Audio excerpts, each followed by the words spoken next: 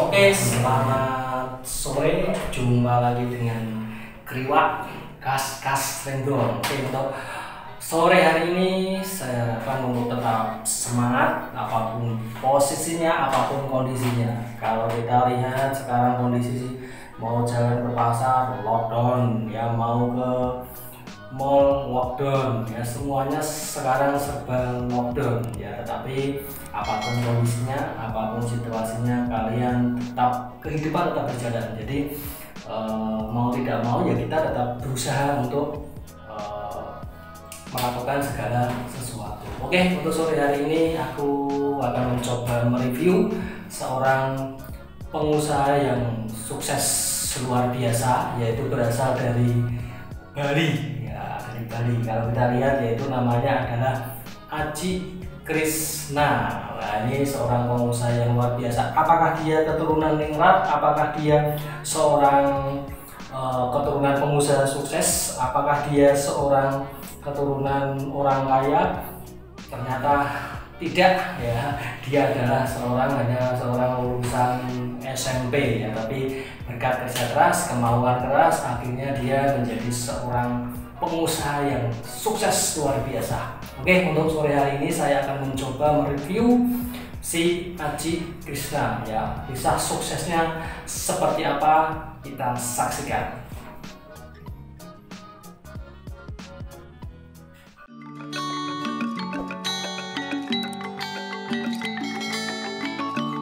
Cita-cita Gusti Ngurah Anom atau yang dikenal dengan Aji Cok sangat sederhana, menjadi tukang cuci piring di hotel.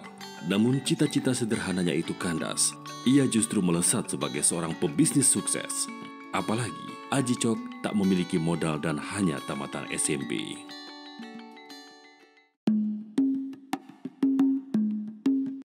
Oke, luar biasa ya. Si Aji Krishna ini ya karena dia seorang yang cukup simpel menurut saya ya. Dia bercita-cita hanya pengen menjadi seorang cuci piring di hotel. Luar biasa ya. Kemauannya sungguh simpel aja, dan mungkin kayak kalian cita-citanya pengen jadi gubernur ya, pengen jadi presiden ya, pengen jadi dokter. Wah, luar biasa. Si Aji ini simpel ya, cita-citanya hanya pengen jadi seorang pencuci piring di hotel. Wah, luar biasa ya. Kita lanjutkan perjalanannya Aji untuk meraih kesuksesannya seperti apa. Oke. Cok kecil yang lahir di Buleleng, Bali pada 5 Maret 1971 ini sempat menunggangi nasib dan masa depannya yang suram usai ayahnya Gusti Puturaka menyatakan tidak mampu membiayai sekolahnya. Cok pun memutuskan untuk meninggalkan desa kelahirannya, Desa Tangguwisia, Kecamatan Seririt, Kabupaten Buleleng menuju Denpasar. Cok pergi hanya dengan baju yang melekat di badan, dengan menumpang truk sampai terminal Ubung.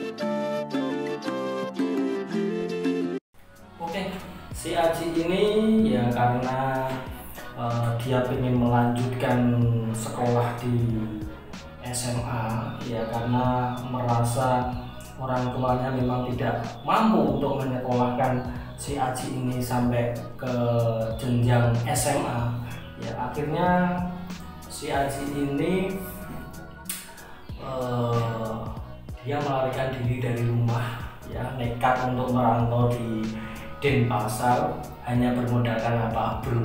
Hanya bermodalkan baju dan kenekatan dia supaya untuk dapat meraih kesuksesan. Coba kalau kalian ya mau buka usaha untuk zaman sekarang, pasti yang dibutuhkan apa? Pasti kalau tidak modal banyak ya 50 juta ya, ini untuk nyewa ruko, untuk nyewa yang lain, tidak mau usaha ya.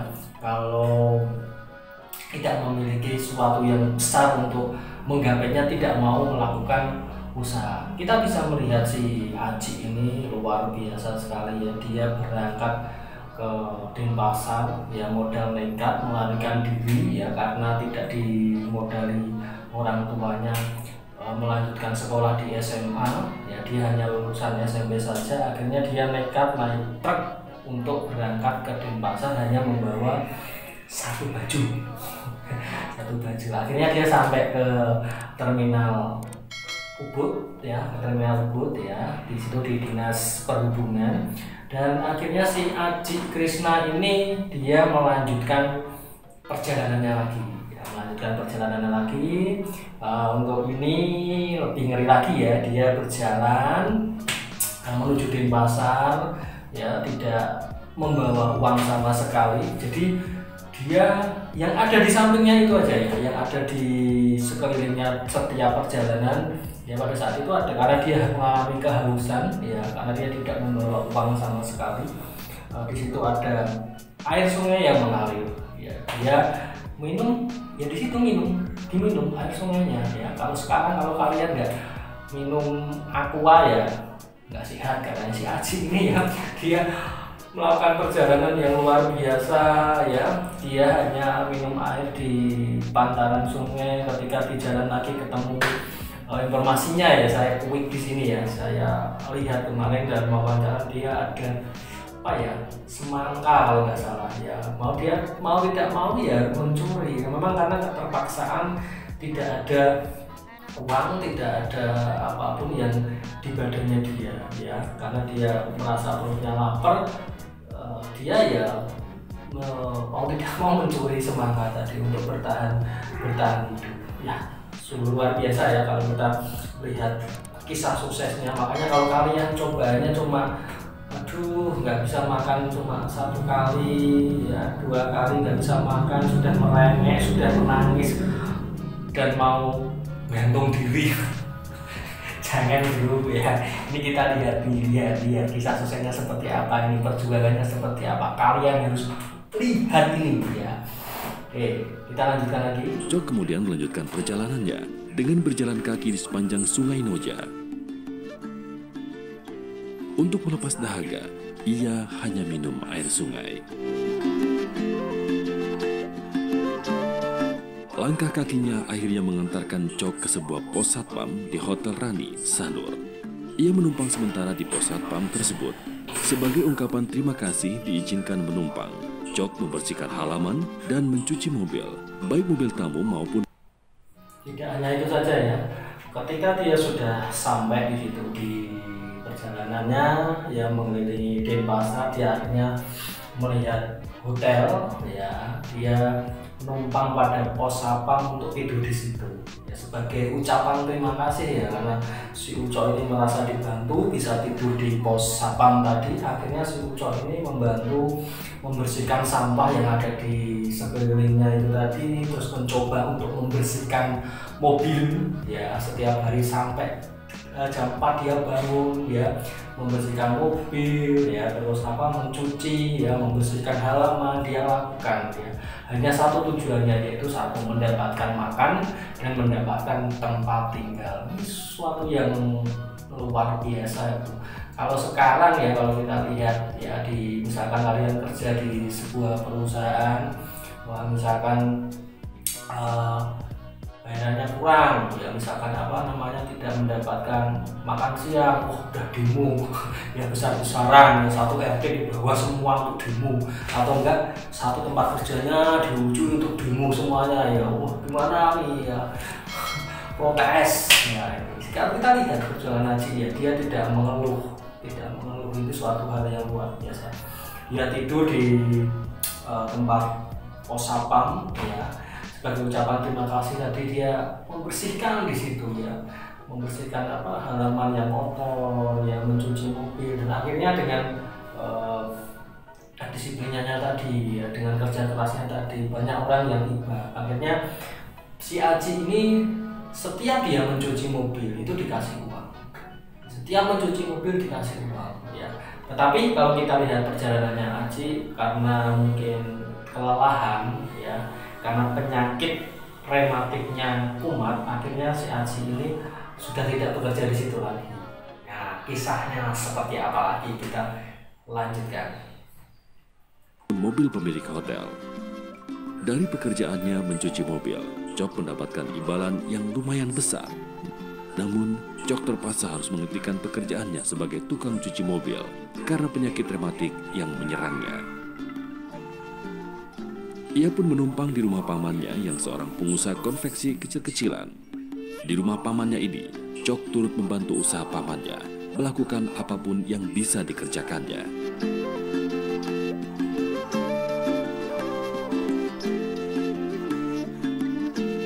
Berbekal ilmu yang dipelajari ketika bekerja pada pamannya, Cok memberanikan diri untuk meminta pekerjaan kepada Made Sidarta, pemilik usaha konveksi besar di Bali waktu itu. Nah, akhirnya si Ucok ini setelah tadi dia kena penyakit rematiknya kumat, dia bekerja di pamannya ya sebagai seorang ya tekstil yang motong-motong pakaian, motong-motong apa. Nah, dari situ si Ucok akhirnya mendapatkan pengalaman, mungkin dia ingin belajar yang lebih besar lagi sehingga dia belajar sama si Made ya, karena si Made ini memiliki usaha yang besar ya, sehingga dia ingin mendapatkan ilmu dari si Made ini ya. Kita lihat dulu kisah selanjutnya. Melihat kesungguhannya, Made Sidarta menerima Cok menjadi pegawainya. Ketekunan dan keuletan dalam bekerja membuat Cok menjadi orang kepercayaan Sidarta hanya dalam waktu singkat. Nah, kita lihat ya, berkat ketekunan, berkat kerajian, akhirnya si Aji ini mendapat kepercayaan sebagai tangan kanannya si Made ini ya, karena berkat kerja kerasnya ya. Makanya kalau kalian bekerja di suatu tempat, bekerja di suatu perusahaan, tunjukkanlah sikap kalian, kerja keras kalian, keuletan kalian. Ketika kerja kalian, keuletan kalian membuahkan hasil, pasti atasan kalian akan memberikan suatu hal yang terbaik ya buat kalian. Jadi sesuatu hal yang kita tanam itu pasti mendapatkan imbal hasil ya, mendapatkan tapi kita tidak mengharapkan itu pasti, walaupun kita tidak mengharapkan. Ketika melihat kerja keras kalian ya, keuletan kalian, paling tidak atasan terharu lah ya. Akhirnya menjadi si Aji Krishna tadi menjadi tangan kanannya si Made ya. Kita lanjutkan lagi kisah suksesnya si Aji ini ya. Setelah menikahi gadis pujaan hati, Ketut Mastrining, Cok bertekad untuk mandiri, meninggalkan pekerjaan di konveksi Sidarta dan memulai usaha konveksi sendiri. Pada awal tahun 1992, Cok membuka toko baju kaos yang diberi nama Cok Konveksi di Jalan Nusa Indah, Denpasar, tidak jauh dari pusat kegiatan seni dan budaya, Gedung Art Center. Usahanya semakin berkembang. Dengan kerja keras, keuletan dan kejelian membaca peluang, Cok mengembangkan. Nah, ini suatu pelajaran buat kalian juga. Ketika kalian mau menjadi seorang pengusaha, katakanlah kalian jualan ayam geprek, katakanlah ya, kalian kalau bisa belajar sama ahlinya dulu ya, paling tidak bekerja sama orang yang sudah ahli dalam bidang ayam geprek. Nah, ketika sudah ahli dalam bidang geprek, boleh kalian untuk membuka usaha sendiri. Jadi kalau kalian ingin belajar di properti, kalian harus belajar sama orang yang memang betul-betul memahami bidang properti ya. Kalau kalian pengen misalkan sapi misalkan ya, peternakan sapi ya, kalian harus belajar pada orang yang sudah ahli dalam bidang tersebut.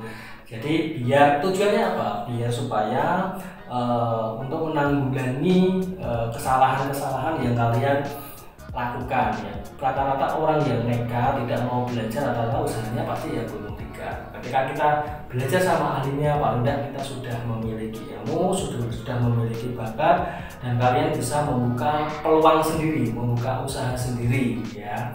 Itu menjadi kunci sukses ya kalau kita mau menjadi seorang pengusaha yang luar biasa. Selain itu ya, tinggal ini yang menjadi kesalahan juga ya bagi para pengusaha.